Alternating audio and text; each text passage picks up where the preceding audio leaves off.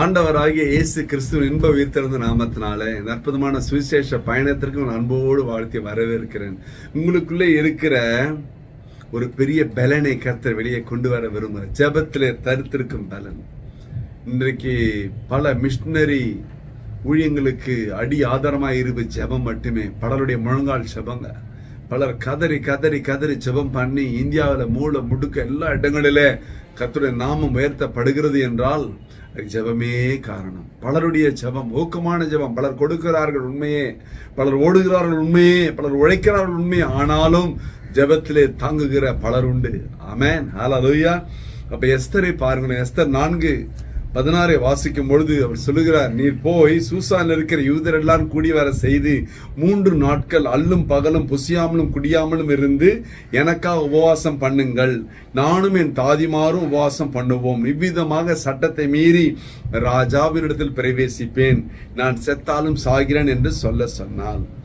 அப்ப ஒரு சட்டத்தை மீறி உள்ள செய்யணும், உள்ள போகணும்னு சொன்ன உடனே கர்த்தருடைய கிருபைக்காய் காத்திருக்கிறார். அவளுடைய ஜெபம் பத்தல, தனியா ஆள் பத்தல. எல்லாரும் ஜெபம் பண்ணுங்க, எனக்கு உபவாசம் பண்ணுங்க, நான் ராஜா கிட்ட போறேன்னு. உங்க குடும்பத்துல ஒரு சின்ன பிரச்சனை வந்தா நீங்க தனியால போராடுறதுக்கு பதிலு முழு குடும்பத்தை ஒன்னா சேருங்க. ஒருவேளை உபவாசத்தை ஒரு நாள் பிக்ஸ் பண்ணுங்க. ஒருவேளை உபவாசத்தை ஒரு நாள் பைபிள் ஸ்டடி வீட்டிலே வைங்க, ஒரு ஜெபத்தை வைங்க. நடக்கும் பொழுது பெரிய பலனாய் மாறும். அது ஜெபத்துல தரித்திருக்கிற ஒரு பலனை கர்த்தர் உங்களுக்கு கொடுப்பார். எல்லாரும் எனக்காக ஜெபம் பண்ணுங்கள், எனக்கு உபவாசம் பண்ணுங்கள். 3 நாள் நானும் உபவாசம் இருக்கிறேன், என் தாதிமார் உபவாசம் இருக்கிறோம்.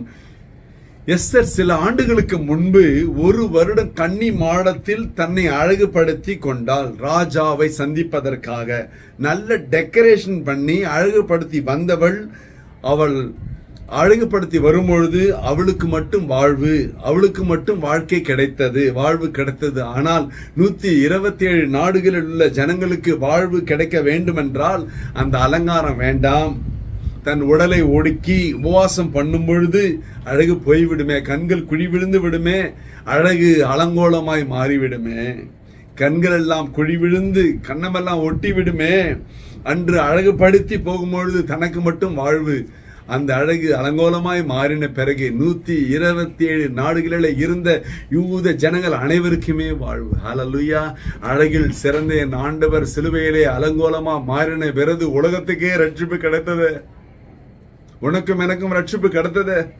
அந்த அழகு அலங்கோலமாய் என்னை அலங்காரமாய் மாற்றுவதற்கு அவர் அலங்கோலமாய் மாறினார். வசனம் அழகாய் சொல்லுகிறது, ஜெபத்திலே தரித்திருக்கிற ஒரு பலன்.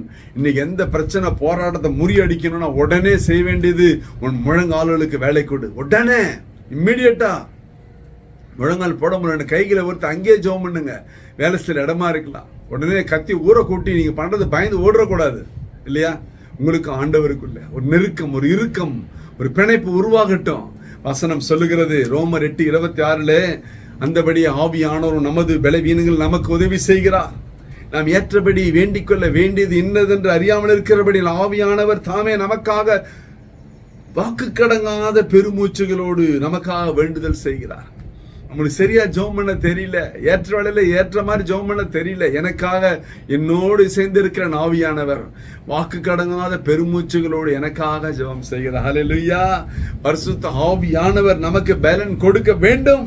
ஆவியானவர் நாம் ஏற்ற வேண்டுவதற்கு உதவி செய்கிறார். ஏற்றபடி ஜெபிப்பதற்கு அபிஷேகத்தின் பலனாலே ஒருவன் ஜெபத்திலே தரித்திருக்க வேண்டும். பாருங்க, சும்மா ஜெபம் பண்ண தூங்கிடுவாங்க இல்லைங்களா?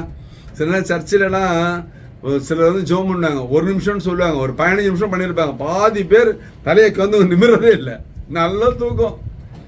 பாஸ்டர் 30 நிமிஷம் ஜெபம் பிரசங்கம் பண்ணாரு, இவர் 15 நிமிஷம் ஜெபம்.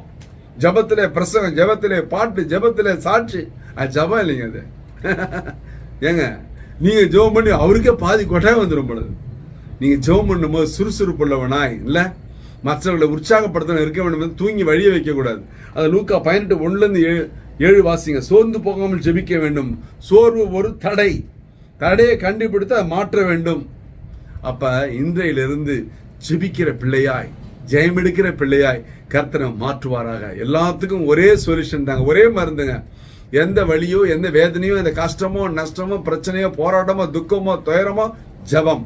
தலைவர்கள் மாற்றப்பட ஜெபம், தலைவர்கள் உருவாக்கப்பட ஜெபம், திருச்சபைகள் பெரிய ஆவிக்குரிய வாழ்க்கையில வளர ஜெபம். ஹல்லேலூயா. நல்ல தலைவர்கள், நல்ல போதகர்மார்கள் வளர்றது ஜெபம். பிள்ளைகள் நன்றாய் வளர ஜெபம்.